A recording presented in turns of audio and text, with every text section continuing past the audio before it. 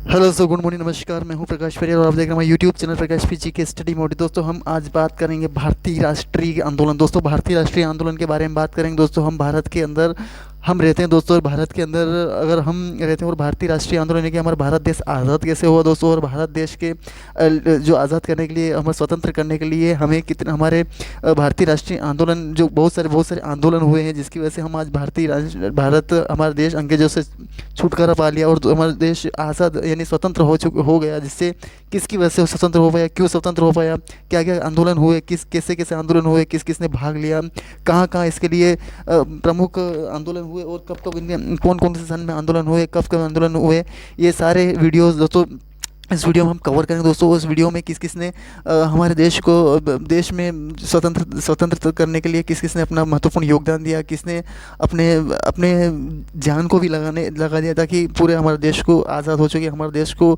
एक स्वतंत्रता मिल सके। जिसके लिए उन्होंने बहुत सारे ऐसे आंदोलन चलाए, बहुत सारे लोगों ने उस समय विभिन्न प्रकार के संगठन बनाए, विभिन्न प्रकार के उन्होंने सम्मेलन किए, नए नए तरीके से उन्होंने अलग अलग तरीके से उन्होंने देश को आज़ाद कराने के लिए अपने अपने समय में उन्होंने अपना अपना योगदान दिया दोस्तों। तो इस वीडियो में कवर करेंगे दोस्तों कि हम आज जो भारत देश हमारा आज़ाद है दोस्तों, तो उसके लिए भारतीय राष्ट्रीय आंदोलन चलाया गया। तो उसमें किसने अपना योगदान दिया और कब कौन सी लड़ाई लड़ी गई, कौन से सन में कौन सा संगठन में, ये सारी डिटेल इस वीडियो में हम कवर करेंगे दोस्तों।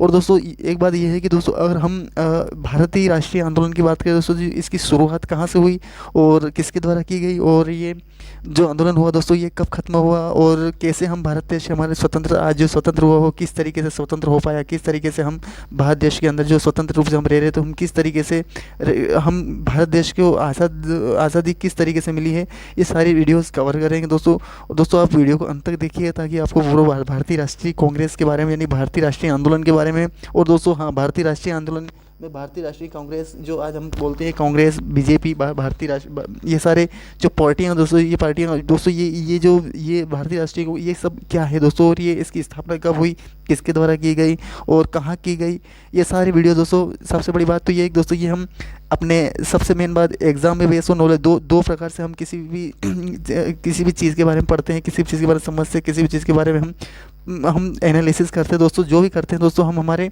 एक तो हमारे फ्यूचर के लिए, और दोस्तों हमारे एक व्यक्तित्व निर्माण के लिए दोस्तों। तो दोनों प्रकार से हम किसी चीज़ को हम पाते हैं दोस्तों। तो हम दोनों ही तरीके से यानी हमें नॉलेज के बेस पे पढ़ेंगे दोस्तों।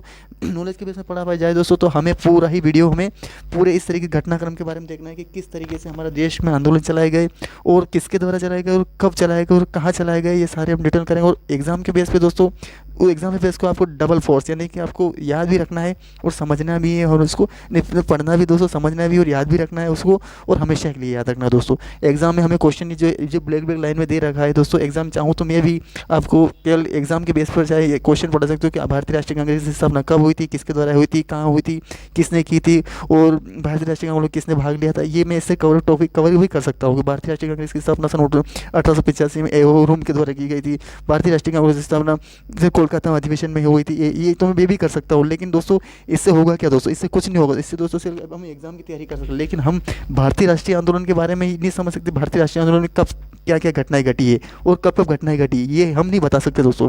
ये तो हम तो पूरा डिटेल में पढ़ेंगे तभी पता चलेगा दोस्तों, तभी हम पता कर पाएंगे तो इस राष्ट्रीय आंदोलन हुआ क्या है और राष्ट्रीय आंदोलन किसके द्वारा शुरू किया गया और कब गया। हम दोनों ही नज़रिए से देखेंगे दोस्तों, एक तो नॉलेज के नज़रिए से, और हम दोस्तों हम एग्ज़ाम के नज़रिए से। क्योंकि एग्ज़ाम के नज़रिए से इसलिए देखेंगे दोस्तों क्योंकि हमें इससे क्वेश्चन अधिकतर पूछे जाते हैं, भारतीय राष्ट्रीय आंदोलन से संबंधित क्वेश्चन अधिकतर पूछे जाते हैं। क्योंकि भारतीय राष्ट्रीय आंदोलन में हमारा भारत देश आज़ाद हुआ था दोस्तों, और भारतीय जब आज़ाद हुआ था दोस्तों, तो भारतीय राजा आज़ाद हुआ तो वो प्रमुख लड़ाई लड़ी गई, प्रमुख संगठन बनाए गए और सन में बनाए गए। तो सन से संबंधित क्वेश्चन पूछे जाते हैं, और उनसे उनसे उनसे उनके संगठनकर्ता के नाम पूछे जाते हैं, और कहाँ हो इसके संगठन, कहाँ उनकी सम्मेलन हुआ, कहाँ कौन से स्थान में उनका सम्मेलन हुआ, कौन से ज़िले में उनका सम्मेलन हुआ, और कौन से राज्य में उनका सम्मेलन हुआ, किसके द्वारा सम्मेलन हुआ, कौन सा संगठन कब हुआ, कौन सा पैक्ट कब हुआ, कौन सा अधिनियम कब बना, किसके द्वारा बनाया, कौन से सन में बनाया, कौन सी डेट को बना। इससे संबंधित दोस्तों एग्जाम में क्वेश्चन हमें अधिकतर मिलते हैं दोस्तों। क्योंकि एग्ज़ाम एक ऐसी एग्ज़ाम है जो कि एक एक क्वेश्चन को हम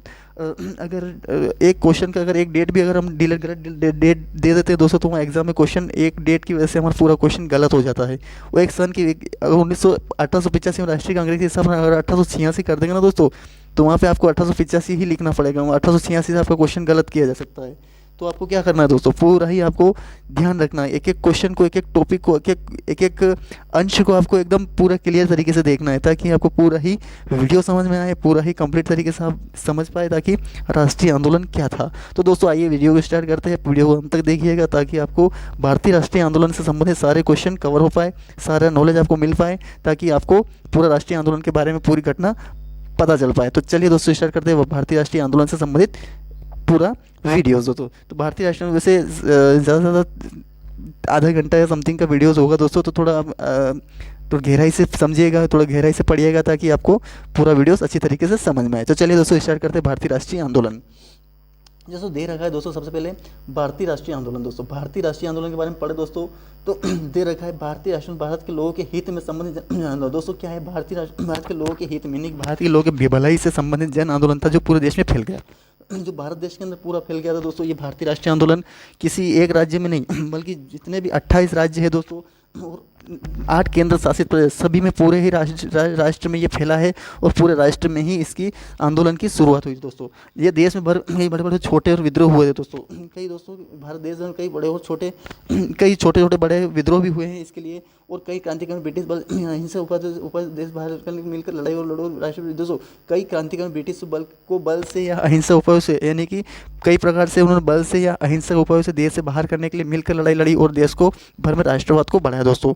तो कई सारे क्रांति हमारे देखा जाए तो 1857 की क्रांति में भी कई सारे मतलब क्रांतिकारियों ने भाग लिया, कई सारे सैनिकों ने भाग लिया, कई सारे उन्होंने अपने जान की बाजी लगा दी दोस्तों, अपने अपने फांसी तक चले गए दोस्तों, और अपने देश को आज आज़ाद कराया। किसकी वजह से? उन्हीं लोगों की वजह से आज हम देश, नहीं तो आज भी गुलाम भी बनकर जीना पड़ता दोस्तों आज। तो दोस्तों हमें क्या है, उनके बारे में हमें हमें गर्व करना चाहिए उस बातों कि हमारे पूर्वजों ने कितना इसके लिए बलिदान दिया है, फांसी पर लटक गए। नहीं तो आज का इंसान तो बस केवल अपने घर परिवार तक ही, और उसके बाद देश की बात आती है तो घर में बैठ जाते हैं। ऐसा नहीं होता दोस्तों, उन्होंने अपने देश को सब कुछ छोड़ दिया, और देश की भलाई के लिए उन्होंने अपनी जान लगा दोस्तों। तो आगे बढ़ते दोस्तों, दिसंबर 1885 भारतीय राष्ट्रीय दोस्तों, अगर बात एग्जाम के क्वेश्चन से अच्छा पढ़ता है तो एग्जाम में क्वेश्चन पूछा जाता है भारतीय राष्ट्रीय आंदोलन कब 1885 में एहो ह्रूम। अब एग्जाम में क्वेश्चन एग्जाम से क्वेश्चन तो ये पूछा जाता है दोस्तों कि जो हुई थी, जो इसकी स्थापना हुई थी दोस्तों, वो 1885 में हुई थी। तो ये तो बात जानते हैं दोस्तों, ये जानते हैं, और ये भी जानते हैं दोस्तों कि एहो ह्रूम। अब एहो ह्रूम का नाम क्या है दोस्तों? एहो ह्रूम का एलन ऑक्टेवियन ह्रूम नाम था उसका। एहो ह्रूम का नाम एलन ऑक्टेवियन ह्रूम था। तो कब इसकी कब दोस्तों? ये 1885 में राष्ट्रीय ऐसा नहीं पड़े, आगे चलकर इसी के नेतृत्व विदेशी शासन सदन के लिए दोस्तों, ये जो था ना दोस्तों, दिसंबर 1885 राष्ट्रीय कांग्रेस की नहीं पड़ेगी, आगे इसी नेतृत्व शासन के लिए भारतीयों ने एक लंबा शासन, इसी आंदोलन के चलते पूरे भारत देश में इसी नेतृत्व पर विदेशी शासन से, यानी कि विदेश जो लोग थे वो अपने भारत देश पर शासन कर रहे थे स्वतंत्रता के लिए, यानी कि अपने देश की स्वतंत्रता के लिए भारतीयों ने एक लंबा, एक साहसपूर्ण संघर्ष चलाया, यानी कि पूरा एक ऐसा लंबा साहस और संघर्षपूर्ण चलाया, और अंत में 15 अगस्त 1947 को भारत मुक्त हो गया।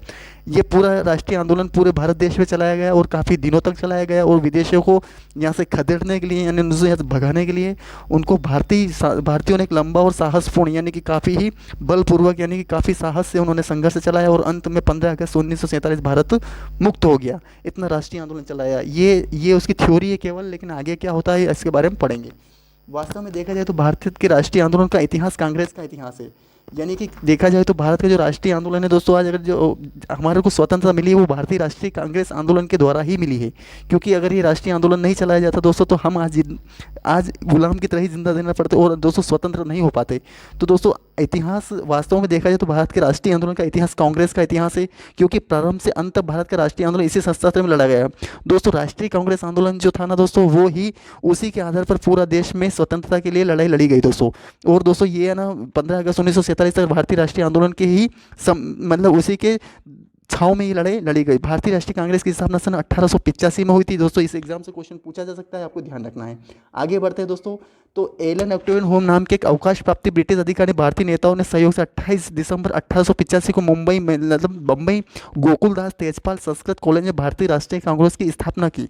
तो दोस्तों एलन ऑक्टेवियन होम एक ब्रिटिश अधिकारी था, वो इंग्लैंड का रहने वाला था, शायद ब्रिटेन का रहने वाला था दोस्तों, और भारतीय नेताओं के सहयोग का था। वो भारत के नेताओं के सहयोग करना चाहता था था और उसने 28 दिसंबर, एग्जाम के प्रेशर क्वेश्चन पूछा जा सकता है, तो 28 दिसंबर 1885 को मुंबई को पहले क्या बोला जाता था दोस्तों, बम्बई, और गोकुलदास तेजपाल संस्कृत कॉलेज वहाँ पे मुंबई में स्थित है, तो वहाँ भारतीय राष्ट्रीय कांग्रेस की स्थापना की गई। एग्जाम के क्वेश्चन बहुत 3-4 क्वेश्चन की इसका एवं ने इसकी स्थापना की और 28 दिसंबर 1850 में एग्जाम इसकी स्थापना हुई दोस्तों। और दोस्तों बम्बई में की गई इसकी स्थापना और गोकुल तेजपाल संस्कृत कॉलेज में भारतीय राष्ट्रीय कांग्रेस की स्थापना की गई, आपको ध्यान रखना है। आगे बढ़ते हैं। मुंबई में आयोजित कांग्रेस के प्रथम अधिवेशन की अध्यक्ष उमेश चंद्र बनर्जी ने की थी दोस्तों, और ये इस अधिवेशन में मात्र 72 प्रतिनिधियों ने भाग लिया। जब इसकी शुरुआत हुई नहीं दोस्तों, तो उस समय केवल 72 प्रतिनिधियों ने, 72 लोगों ने इनमें साथ दिया, और जब उमेश चंद्र बनर्जी जो थे दोस्तों, वो सबसे पहले इसके अध्यक्ष बनाए गए। एग्जाम के क्वेश्चन पूछा जा सकता है। आगे बढ़ते हैं।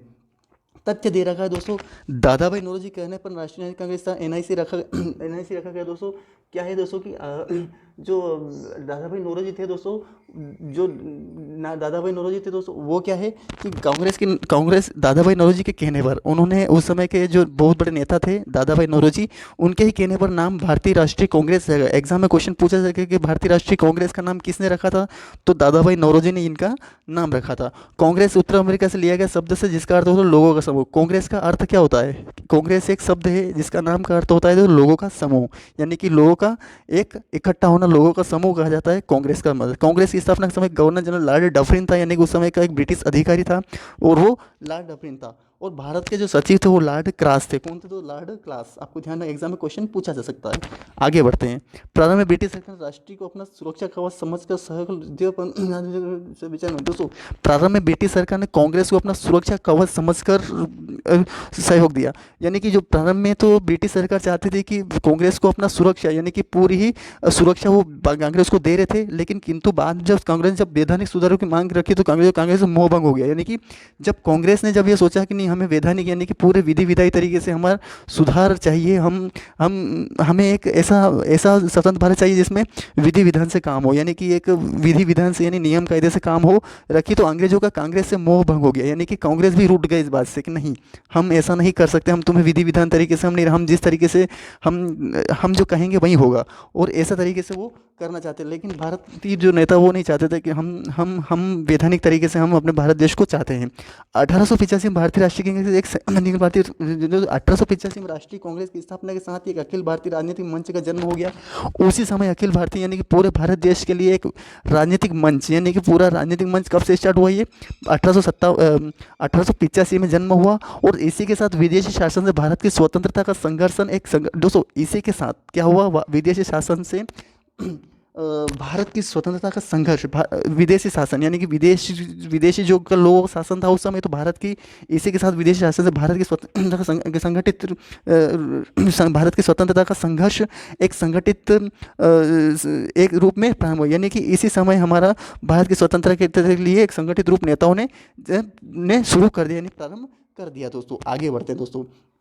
कांग्रेस के जन्म के साथ ही भारतीय एग्जाम क्वेश्चन पूछा जा सकता है दोस्तों कि जो दे रखा है दोस्तों कि अगर इसी के साथ कांग्रेस के जन्म के साथ ही कांग्रेस के भारतीय इतिहास में एक नया युग आरंभ हुआ। यानी कि जब कांग्रेस की स्थापना हुई उसी समय भारतीय इतिहास में, यानी कि भारत के पहले इतिहास में एक नया युग, कौन सा युग था वो, छोटे छोटे विद्रोही दलों इस तरह आदि दल सभी ने अपने को कांग्रेस में विलीन कर दिया। यानी कि भारत देश में विद्रोह तो चल रहा था, लेकिन उस समय छोटे छोटे विद्रोह भी चल रहे थे इसके लिए, लेकिन सभी ने एकमत होकर राष्ट्रीय कांग्रेस का साथ दिया। और कांग्रेस ने आरंभ से एक पार्टी नहीं वरन एक आंदोलन का काम किया। कांग्रेस ने कोई एक पार्टी वार्टी नहीं है ये दोस्तों, ये एक आंदोलन का काम किया है राष्ट्रीय कांग्रेस आंदोलन ने। कांग्रेस एक बहुत बड़ी आंदोलन बन चुका था उस समय, और यह आंदोलन भारतीय राष्ट्रीय आंदोलन के नाम से जाना जाता है। भारत के लिए राष्ट्रीय आंदोलन चलाया गया, और ये दोस्तों भारतीय एक पार्टी ही नहीं वरन एक आंदोलन है ये दोस्तों। एग्जाम में क्वेश्चन पूछा जा सकता है। चलिए आगे बढ़ते हैं। आधुनिक जो राष्ट्रवाद यानी कि आज का जो राष्ट्रवाद है ये इसका उदय क्यों हुआ, इसके बारे में पढ़ेंगे।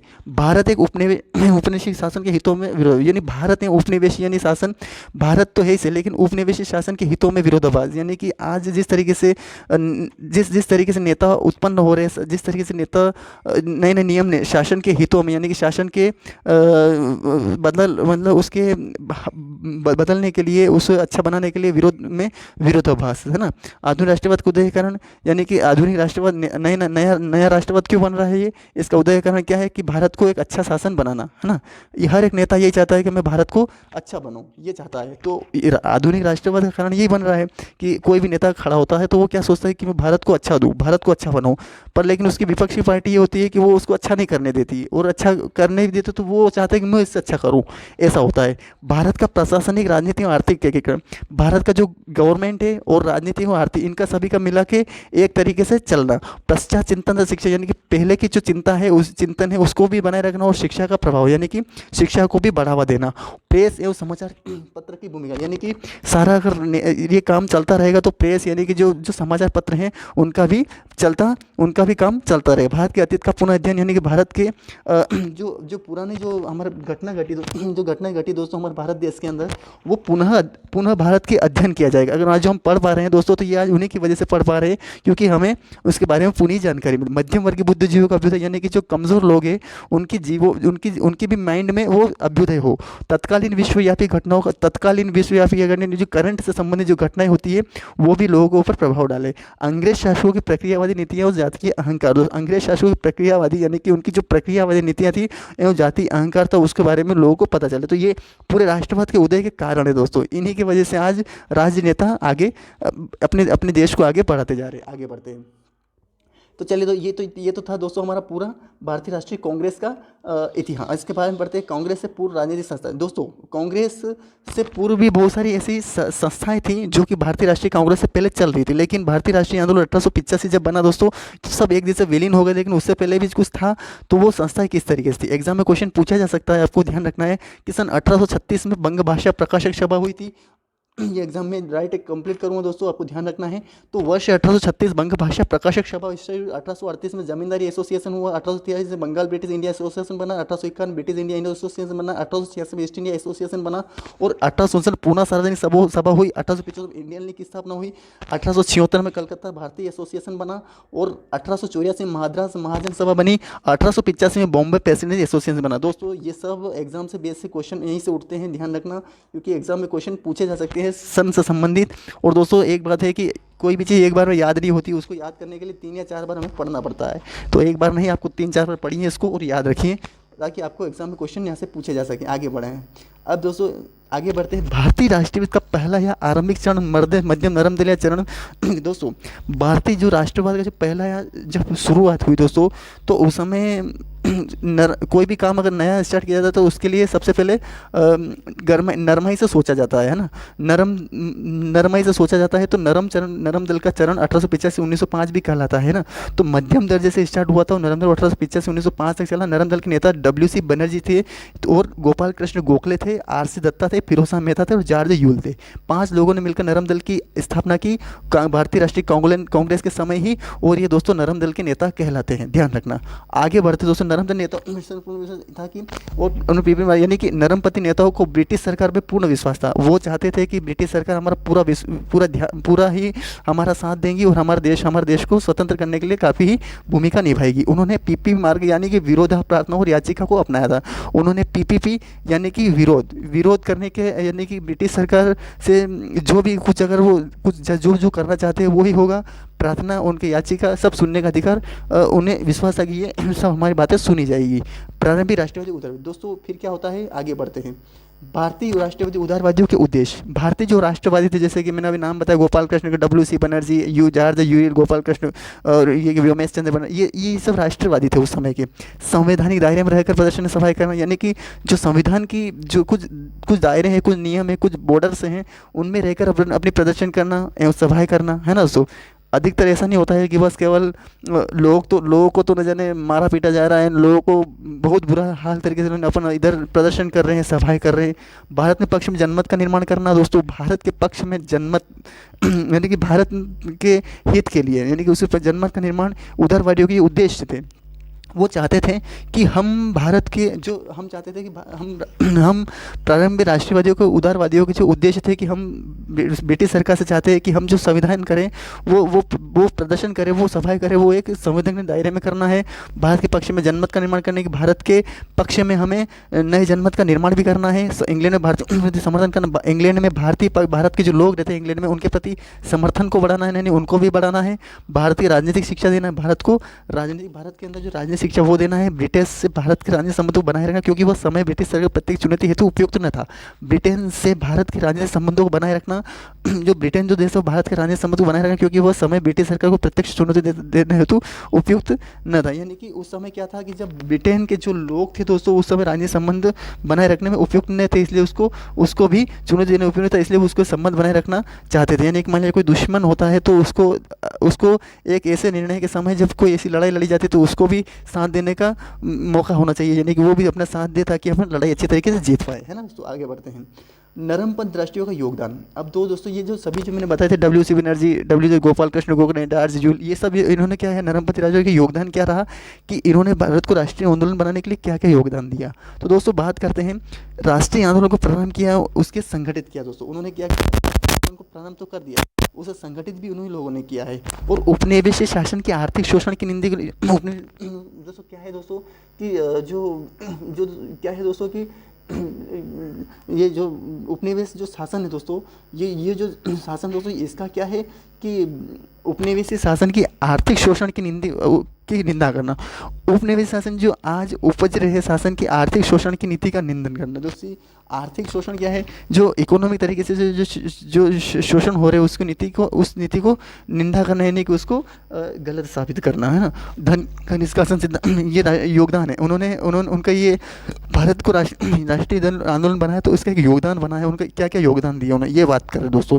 धन का निष्कासन सिद्धांत को लोकप्रिय किया उन्होंने, क्या धन का निष्कासन सिद्धांत दिया, यानी उसको लोकप्रिय किया गया, धन को किस तरीके से बढ़ाया जाता है ये सिद्धांत दिया। इससे अंग्रेजों का आर्थिक शोषण का चेहरा सामने इससे पता चला कि जो वो धन का जो निष्कासन करते थे जो ब्रिटिश लोग, वो किस तरीके से करते हैं, इसका भी उन्होंने ये हमें पता चला। इसलिए इस दौर को आर्थिक राष्ट्रवाद का, तो इसलिए इसे आर्थिक यानी कि इसको इकोनॉमिक रूप से भी काफ़ी दौर कहा जाता है इस समय का। इनके कारण अंग्रेजों भारत में इनके कारण ही अंग्रेजों को भारत में कई सुधार करने पड़े। किसके द्वारा, नरमपंथ आंदोलन के द्वारा ही हमें भारत इन्होंने योगदान दिया दोस्तों। इन सभी 4-5 लोगों ने मिलकर ये किए, इन्होंने कई सारे सुधार करने पड़े अंग्रेजों को। बहुत सारा अंग्रेजों को बोलते गए कि हमें ये चाहिए, वो चाहिए, वो चाहिए, वो सब भारत के लिए ये करना पड़ेगा, वो करना पड़ेगा। 1892 का भारत परिषद अधिनियम बनाया, जो 1857 का जो भारत परिषद अधिनियम बनाया, तो ये भी उन्हीं की वजह से बनाया। 1896 को व्यय सुधार आयोग, बेल्बी आयोग, जिसको बेल्बी आयोग बोला जाता है, वो भी व्यय सुधार आयोग है दोस्तों। व्यय सुधार आयोग यानी कि किसी भी चीज़ का अगर व्यय करना है तो उसके लिए सुधार होना चाहिए, तो वो भी आयोग उन्होंने। सामान्य प्रशासनिक सुधार हेतु अभियान चलाना दोस्तों। सामान्य प्रशासनिक सुधार यानी कि जो गवर्नमेंट है उसको सुधार हेतु गवर्नमेंट के जो सुधार जो हेतु अभियान चलाना। भारतीय को दीवानी अधिकारों की रक्षा करना, यानी कि भारतीयों के जो विभिन्न प्रकार के जो संस्थान हैं उनको भी अधिकारों की रक्षा करना, उनके अधिकार यानी कि उनके ऊपर किसी प्रकार का कोई दिक्कत नहीं आनी चाहिए, ये सारे उन्होंने किया। राष्ट्रीय आंदोलन को धर्मनिरपेक्ष स्वरूप प्रदान किया। राष्ट्रीय आंदोलन यानी कि राष्ट्रीय आंदोलन को धर्मनिरपेक्ष यानी कि धर्म के आधार पर एक नया रूप प्रदान किया। ये सब उन्होंने योगदान दिए। किसने दिए दोस्तों? भारतीय राष्ट्रवादियों ने योगदान दिए हैं। आगे बढ़ते हैं। अब दोस्तों ये सब मैंने इसलिए बता रहा हूँ दोस्तों कि एक बार अब हम एक कहानी के माध्यम से समझेंगे दोस्तों तो पूरा ही समझ में आ जाएगा कि क्यों क्या क्या किसके लिए हुआ है। ये एग्ज़ाम के बेस पे तो आपको याद रखना ही पड़ेगा, लेकिन नॉलेज के बेस के लिए आपको दोस्तों पूरा ध्यान रखना। एग्जाम में क्वेश्चन यहाँ से पूछे जा सकते हैं, ध्यान रखना है दोस्तों। अब दोस्तों बात करें काम के नरमपंथी तरीके से मोहभंग होने के कारण, काम के नरमपंथी तरीकों से मोहभंग होने के कारण फिर क्या हुआ दोस्तों? ये सब उन्होंने उद्देश्य तो उनके थे ही से, और उनके योगदान भी अपन ने पढ़े हैं, है ना। उद्देश्य क्या क्या थे अपन ने पढ़ा लिया उनके, लेकिन उनके योगदान भी जो थे उन्होंने योगदान क्या क्या योगदान हुए ये भी पढ़ा। लेकिन काम के नरमपंथी तरीकों से मोहभंग होने के कारण 1892 में कांग्रेस के चरमपंथी विकास होने लगा। यानी 1892 में क्या है कि कांग्रेस में चरमपंथ विकसित होने लगा, यानी कि काफ़ी आगे बढ़ने लगे। चरमपंथ दोस्तों आगे बढ़ नरमपंथी नेता चरमपंथी दोस्तों विकसित होने लगा। चरमपंथी नेता लाला लाजपत राय, बाल गंगाधर तिलक, विपिन चंद्र अरविंद पीपी मार्ग के बजाय उन्होंने आत्मनिर्भर रचनात्मक कार्य और स्वदेशी पर जोर दिया। दोस्तों पीपीपी में मार्ग जो था, पीपीपी क्या था दोस्तों, मैं आपको बताया था। पीपीपी के लिए उन्होंने क्या किया, पीपीपी मार्ग यानी विरोध, प्रार्थना और याचिका, यानी कि इन ब्रिटिश शासन से क्या चाहते थे कि हम जो भी करेंगे वो उसमें विरोध नहीं होना चाहिए, हमारी प्रार्थना को सुनना चाहिए और हमारी याचिका को सुनना चाहिए, ये होता था। लेकिन उसने क्या किया दोस्तों, उस समय जब हुआ दोस्तों तो उन्होंने क्या किया जो नेता थे, लाला लाजपत राय था, बाल गंगाधर जो तिलक था दोस्तों, बिपिन चंद्र पाल था, अरविंद, पीपी मार के बजाय उन्होंने क्या, उन्होंने प्रार्थना, उनको विरोध, प्रार्थना और याचिका नहीं, बल्कि उन्होंने निर्भरता, रचनात्मक कार्य और स्वदेशी पर जोर दिया। यानी कि भारत की अपने ऊपर खुद निर्भर होना चाहिए, रचनात्मक कार्य होना चाहिए और स्वदेश पर, यानी कि जो कांग्रेस के ऊपर खुद जोर दिया जाए, ऐसा कार्य उन्होंने, ये लालपुर चरमपंथी नेता इन्होंने अपनाया। प्रशासनिक सुविधा के लिए लाड़ के जैसे बंगाल विभाजन, अब एग्जाम बंगाल विभाजन कब हुआ दोस्तों, तो बंगाल विभाजन सन 1905 की घोषणा के बाद 1905 में स्वदेशी और बहिष्कार संकल्प पारित किया गया था। दोस्तों प्रशासनिक सुविधा के लिए लॉर्ड कर्जन द्वारा, बंगाल विभाजन के समय लॉर्ड कर्जन था, एग्जाम क्वेश्चन। और कब हुआ था इसका, तो विभाजन 1905 की घोषणा के बाद 1905 में स्वदेशी और बहिष्कार सम्मेलन यहाँ से पारित किया। बंगाल विभाजन स्वदेशी आंदोलन 1905 में से 1906 तक बंगाल विभाजन स्वदेशी आंदोलन चला। दोस्तों आगे बढ़ते हैं। भारतीय राष्ट्रीय आंदोलन के साथ ये संपूर्ण भारत के लोग ब्रिटिश शासन के विरुद्ध एक राष्ट्रीय, दोस्तों क्या है, भारतीय राष्ट्रीय कांग्रेस की स्थापना के साथ ही, जब भारतीय राष्ट्रीय की स्थापना के साथ संपूर्ण भारत के लोग जो थे दोस्तों, वो ब्रिटिश शासन के विरुद्ध, यानी कि ब्रिटेन के जो अंग्रेज थे उनके विरुद्ध एक राष्ट्रीय मुख्य धारा में शामिल होते जा रहे थे। यानी कि उनके विपक्ष में एक मुख्य धारा में शामिल होते जा रहे थे। बंगाल तब भारतीय राष्ट्रवाद का प्रधान केंद्र था, यानी कि वहाँ एक केंद्र था भारत के जो जितने जो था ना, जो राष्ट्रवाद था, उसका प्रधान केंद्र कौन था दोस्तों, तो वो था दोस्तों बंगाल था। उस समय कौन सा, तो भारतीय बंगाल तथा भारतीय राष्ट्रवाद का प्रधान केंद्र था। तत्कालीन बंगाल में आधुनिक बिहार, यानी कि उस समय की जो बंगाल में आधुनिक बिहार, उड़ीसा, पश्चिम बंगाल, बांग्लादेश आते थे। यानी बंगाल में केवल पश्चिम बंगाल नहीं आता था दोस्तों, उस समय बिहार भी आता था, उड़ीसा भी आता था, पश्चिम बंगाल तथा बांग्लादेश आते थे। लॉर्ड कर्जन प्रशासनिक सुविधा बनाकर बंगाल को 2 भागों में बांट दिया। लॉर्ड कर्जन ने भी गवर्नमेंट सुविधा का बहाना बनाकर, यानी कि वो कहता चाहता था कि मैं बंगाल विभाजन तो कर दूँ, चलो ठीक, मैं बंगाल विभाजन कर दूँ मैं आपका, तो बंगाल विभाजन करूँगा तो मैं गवर्नमेंट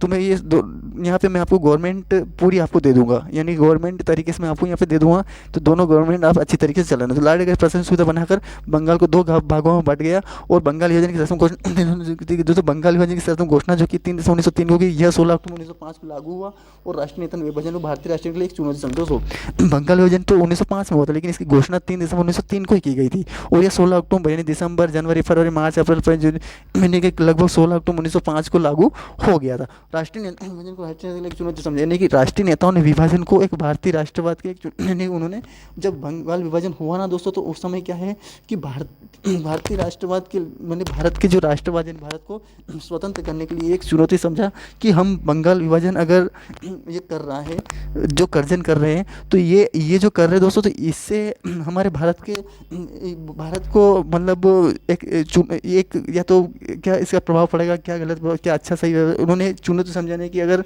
बंगाल विभाजन हो जाएगा तो हमारे ऊपर क्या प्रभाव पड़ेगा, उन्होंने अपने आप को एक मतलब चुनौती समझ लिया उस समय। आगे बंगाल के नेताओं ने एक क्षेत्रीय धार्मिक आंदोलन प्रेरण, जो बंगाल के नेताओं ने क्षेत्रीय और धार्मिक आंदोलन बांटने का प्रयास किया। बंगाल के जो नेता थे, यानी कि उड़ीसा, बिहार, पश्चिम बंगाल, ये उन्होंने क्षेत्रीय और धार्मिक, यानी कि क्षेत्र और धार्मिक आंदोलन बांटने का प्रयास माना। अतः विभाजन का व्यापक विरोध हुआ, यानी कि वो नहीं चाहते थे कि हम विभाजन करें, हम बंगाल को बंगाल पूरा ही रहने दें। और लॉर्ड कर्जन चाहते थे कि हमें सुविधा, मतलब उनको गवर्नमेंट के बंगाल को 2 भागों में बांटा चाहते, लेकिन उन्होंने विरोध हुआ और 16 अक्टूबर पूरे देश में शोक दिवस के रूप में मनाया। उन्होंने चाहते थे कि हम नहीं चाहते हैं कि हमारा बंगाल विभाजन हो, लेकिन 16 अक्टूबर पूरे देश को शोक दिवस इसलिए मनाते हैं क्योंकि वो विभाजन हो गया था। आगे बढ़ते हैं। हिंदू मुसलमान ने अपनी एकता प्रदर्शित करते हुए एक बहुत ही तीव्र आंदोलन, दोस्तों हिंदू और 16 अक्टूबर 1905 को बंगाल विभाजन हुआ था। फिर हिंदू और मुसलमान ने अपनी एकता प्रदर्शित करते हुए, यानी कि हिंदू और मुसलमान ने अपनी एकता प्रदर्शित करते हुए बहुत ही तीव्र आंदोलन चलाया, वो जो कि 7 अगस्त 1905 से चलाया। और स्वदेशी तथा बहिष्कार आंदोलन की उत्पल, स्वदेशी यानी कि जो देशी है, यानी जो विदेशी है, तथा बंगाल दोस्तों स्वदेशी तथा बहिष्कार आंदोलन की उत्पत्ति बंगाल विभाजन के आंदोलन के रूप में हुई। यानी कि बंगाल विभाजन जब हो गया तो उसी समय फिर वो स्वदेश की जितनी भी जो भी वस्तु आती थी वो हमें नहीं चाहिए, ये काम उन्होंने स्टार्ट कर दिया। किसने? वो हिंदू तथा मुसलमानों ने ये मना कर दिया, वहाँ के जहाँ बंगाल विभाजन हुआ था वहाँ के। इसके अंतर्गत अनेक जो कपड़ों की होली जलाई गई और कपड़ों से बने दोस्तों, इसके अंतर्गत अनेक स्थानों पर विदेशी कपड़ों की होली जलाई गई। विदेशी कपड़े जो आते थे उनको भी होली जलाई गई और विदेशी कपड़े बेचने वालों दुकानों पर धरने पर, यानी विदेशी कपड़े जो बेच रहे थे उस समय वो उनको भी दुकानों पर धरने दिए गए, यानी कि दुकानों पर धरने देकर उनको भी हटाने का मांग करने लगे। कौन? हिंदू और मुस्लिम। इस प्रकार बंगाल के नेताओं ने बंगाल विभाजन इसे राष्ट्रीय विरासत, यानी कि इस प्रकार बंगाल के नेताओं ने, बंगाल के जो नेता थे हिंदू मुस्लिम, बंगाल विभाजन विरोधी आंदोलन के स्वदेशी स्वदेशी और जो आंदोलन हुए थे दोस्तों, उसमें उन्होंने जो स्वदेशी और बहिष्कार आंदोलन को परिवर्तित कर उसे राष्ट्रीय स्तर पर व्यापक बहिष्कार, यानी कि जो स्वदेश की जो वस्तुएं थी, बाहर की जो वस्तुएं थी, उनके बहिष्कार कर, यानी उसको रोक लगाने के लिए आंदोलन के रूप में परिवर्तित कर, आंदोलन के रूप में, यानी कि उसी चीज़ को आंदोलन में कर दिया। नहीं, जैसे वो होता है ना कि भारत की दुनिया से बाहर से कोई दुनिया में कोई वस्तु आती तो उसको आंदोलन कर दिया कि नहीं, हमें ये चीज़ नहीं चाहिए, हम तो नहीं आने देते, इस ये भारत के अंदर लागू नहीं कर सकते, इस वस्तु को हम नहीं यहाँ बेचना नहीं चाहते, इसको परिवर्तित राष्ट्रीय स्तर पर व्यापक प्रदान दी थी, यानी पूरे भारत में इस देश को बढ़ा दिया कि हम नहीं चाहते, हम भारत की वस्तुओं को, जो दुनिया की वस्तुओं को हम भारत में नहीं अप्लाई करना चाहते, इसको नहीं चाहते हैं दोस्तों। आगे बढ़ते दोस्तों, उग्र और क्रांतिकारी आंदोलन। उग्र का मतलब क्या होता है दोस्तों, मतलब काफी मतलब भयानक तरीके से यानी हो जाना। और क्रांति के 1905 से 1914 उग्र आंदोलन कब स्टार्ट हुई? 1905 दोस्तों, 1905 से ही जब बंगाल विभाजन हुआ ना, तब से हमारे भारतीय राष्ट्रीय कांग्रेस की स्थापना हो गई दोस्तों, उसी समय भारतीय राष्ट्रीय आंदोलन स्टार्ट हो गया दोस्तों। तो उग्र और क्रांति यानी आंदोलन 1905 से 1914 तक चला है। और बंग विरोधी आंदोलन का नेतृत्व तिलक, बिपिन चंद्र पाल और अरविंद घोष जैसे नेताओं के हाथों में आना पड़ा है। राष्ट्रीय उत्कर्ष का प्रतीक है दोस्तों बंग विरोधी आंदोलन का नेतृत्व। दोस्तों बंग विरोधी आंदोलन जो हुआ था वो तिलक, बाल गंगाधर तिलक, बिपिन चंद्र पाल और अरविंद घोष जैसे नेताओं के हाथ में आना है राष्ट्रीय उत्कर्ष का प्रतीक, यानी कि इन्हीं की वजह से हम भारत के बंग आंदोलन का नेतृत्व करके, इन्हीं की वजह से हम भारत के देश आज़ाद हो पाया है।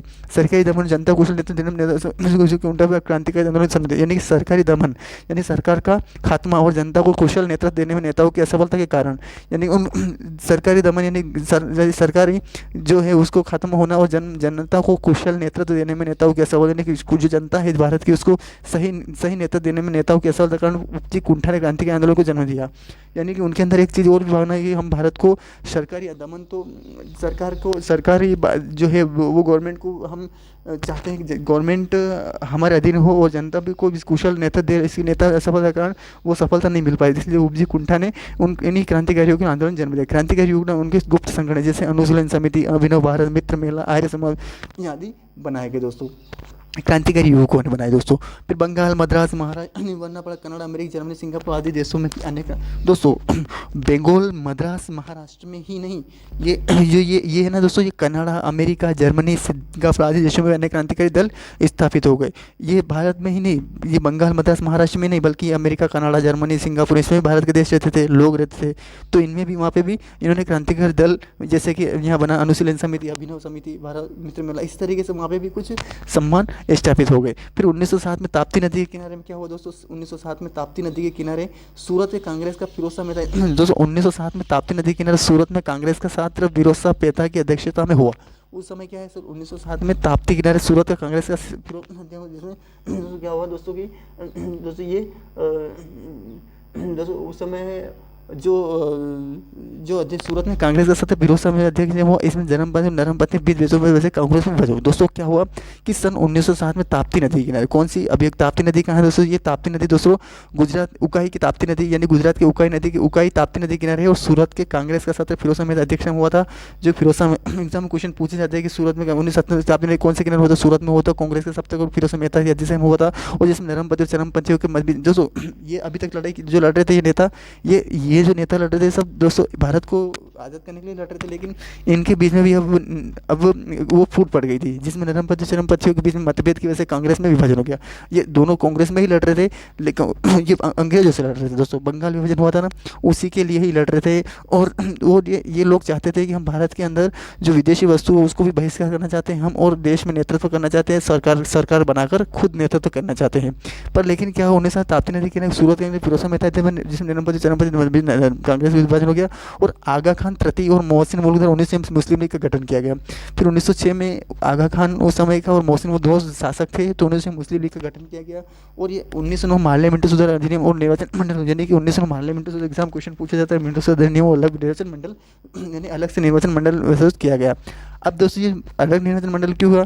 क्योंकि दोनों बढ़ गए थे, अलग अलग निर्वाचन, इसलिए इनको मंडल को प्रस्तुत करना पड़ा दोस्तों। आगे बढ़ते दो हर दोस्तों एग्जाम क्वेश्चन पूछे जाते हैं, मानने में दोस्तों अधिनियम निर्वाचन मंडल की स्थापना कभी दोस्तों यहाँ पर ध्यान रखना है कि 1909 की में ही पार्लियामेंट अधिनियम द्वारा अलग निर्वाचन मंडल की जो निर्वाचन पद्धति की स्थापना जो 19 पार्लियामेंट सुधार के अधिनियम के द्वारा ही बनाई गई। आगे बढ़ते दोस्तों, लाला हरदयाल 1903 गदर आंदोलन शुरू किया। लाला हरदयाल के उस समय के नेता थे जो 1903 में गदर आंदोलन शुरू किया, और कोटलैंड में 1 नवंबर 1913 को गदर पार्टी की स्थापना हुई। जो कोटलैंड में, कोटलैंड एक देश का एक देश की राजधानी का नाम, एक स्थान का नाम है जहाँ की 1 नवंबर 1913 को गदर पार्टी के साथ, इसका मुख्यालय सैन फ्रांसिस्को युगांतर आश्रम में था दोस्तों। इसका मुख्यालय सैन, एग्जाम क्वेश्चन सभी क्वेश्चन पूछे थे कि इसका लाला हरदयाल कब की थी इसकी स्थापना, इसके कहाँ की गई थी स्थापना, कहाँ किस सन में की गई स्थापना, और इसका मुख्यालय कहाँ था, सैन आश्रम में था, और गदर पत्रिका का प्रकाशन भी शुरू किया गया।